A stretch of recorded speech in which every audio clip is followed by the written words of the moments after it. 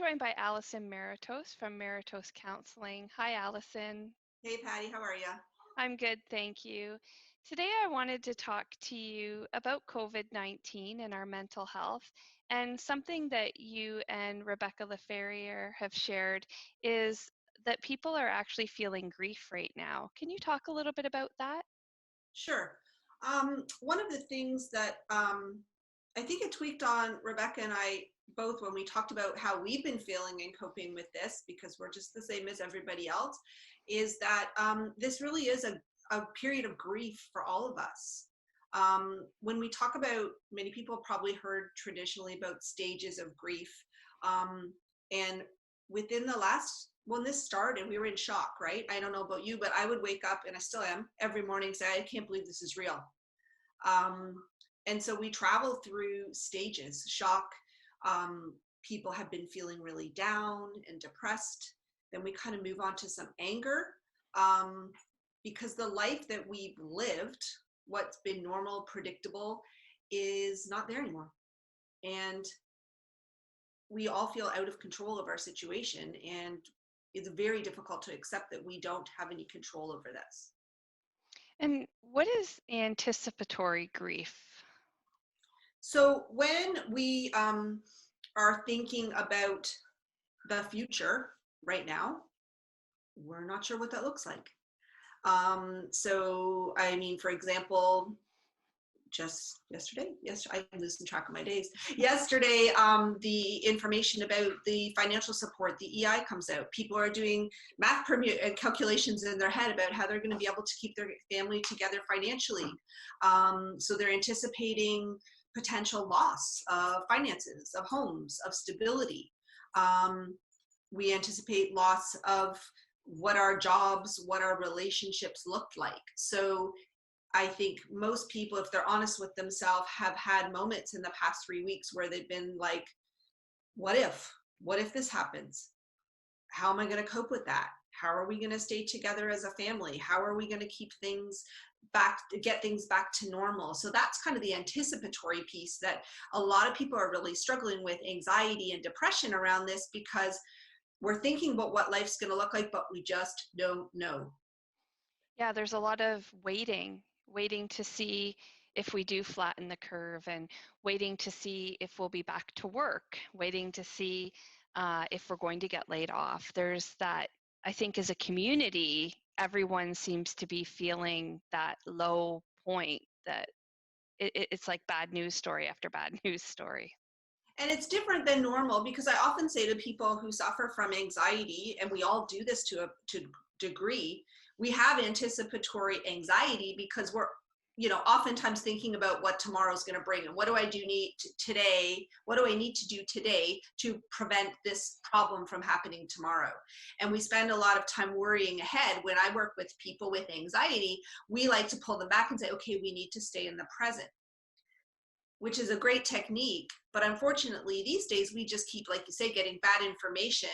And now more than ever, it's become crystal clear to a lot of people, we have no idea what the future holds, more so than usual. I mean, normally we could say, if it's a Wednesday, well, I do need to know, I know I have to get up and go to work on Thursday. We don't have that anymore. And I think that's a real struggle for people. And now, one of the other posts that you guys talked about is collective grief. And what does that mean? So I think right now, for most of us, this is the most significant thing that's happened to any of us collectively, right? I mean, up till now, we've been really fortunate in our area to see something on the news that's happening to a collective group of people, but it's in Europe, it's in Asia, it's across the pond. We see it, we empathize, but we don't experience it. This is the first time that everybody in the entire world, I don't know, I guess think back probably since the world wars, that everybody's been experiencing the same phenomenon at the same time. If we pause to think about that, that's pretty impactful. That every single person you passed when you're socially distancing walking this morning is in the same boat. Doesn't happen very often. And I think too, we all can experience grief differently, right? There's different different things that come out in our grief that maybe people aren't even recognizing that they're grieving the loss of their routine, their regular part of their life, maybe grieving the loss of not being able to spend time with their parents or children. Definitely. I mean, certainly anecdotally with feedback. Well, I'll even give an example with myself. I mean, I've learned this stuff in school. I practice this, I work it. But the first week, I really struggled with my own grief and didn't recognize it as grief right away. For example, I had a really hard time focusing on a task for any length of time. My brain was all over the place. I knew there were things, well, all of us, right? We knew there were things where if the world's pressing the pause button, there's stuff we wanted to do in our homes, right? Clean a closet, paint a wall, but I couldn't get myself focused to do one thing. And then the reality started to hit in of like, well, money and friendships and family and connection, that those responses are what we're all experiencing collectively. And that's so hard to stomach because we don't have context for it. I've said to most people who've asked me, we've never been through a pandemic before. How the heck, why are we expecting ourselves to know how to deal with this? And It's not realistic. and as a counselor, it's interesting to hear you say that, because not all of us have awareness of behaviors and things like this. So what would you say to people as some, in terms of some tips for coping through this right now? Because we all thought maybe a couple weeks, but this isn't going to be over in a few weeks. Right. And that's, I think the reality of that sinks in for different people differently. And even then you can be one day accepting of that reality and then wake up the next day and be angry about it, or be depressed and teary and sad about it. Family relationships are a big part of most of our lives. And, you know, talking to parents of young children, for example, helping them accept it, helping the grandparents accept it, because you can't do those hugs anymore. They can't play. Little kids don't want to sit and have a conversation like we're having on FaceTime for more than 30 seconds.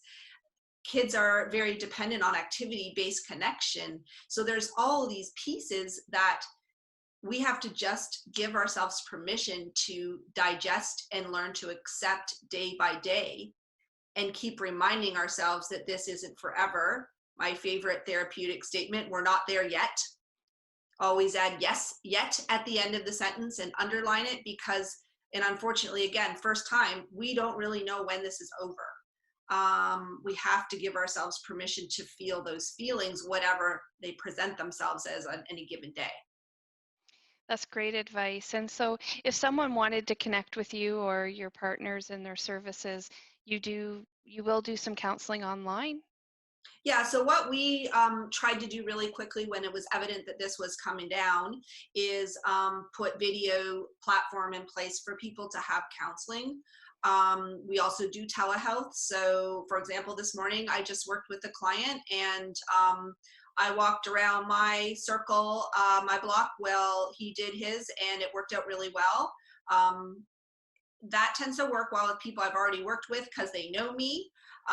The video counseling has been in place. We're finding, and a lot of my colleagues I've been in touch with all over the place are saying it is an adjustment for a lot of clients. People, for example, don't like looking at themselves when they're talking. The glitchiness of some of the platforms has been a bit tough because everybody's doing this right now, but it is an option. And I want people to understand that it's just like being in the same room once you get used to it. The other things we're trying to be responsive to is have, normally a counseling session is what we call a 50-minute hour. So it's an hour-long session. We're trying to do half-hour sessions because we know people have children at home. They can't block off an hour of uninterrupted time. We're also considering offering groups of some type so that people can connect with other people who are just wanting to talk about this and get some tips from our therapists about how to manage it. We haven't had a lot of takers on that right yet, but again, I think it's because this is new and people are trying to figure out what their lives look like. But Excellent. definitely we're there, and lots of our colleagues in our profession are all out there waiting for people to connect with us for sure. Excellent. Well, thank you for your time, Alison. And I would imagine I'll be calling upon you again soon as things evolve to see if we can touch base again, because I think it's really important to talk. And in anything with mental health, always having that openness will help everyone in the end, right? Absolutely. Absolutely. Anytime.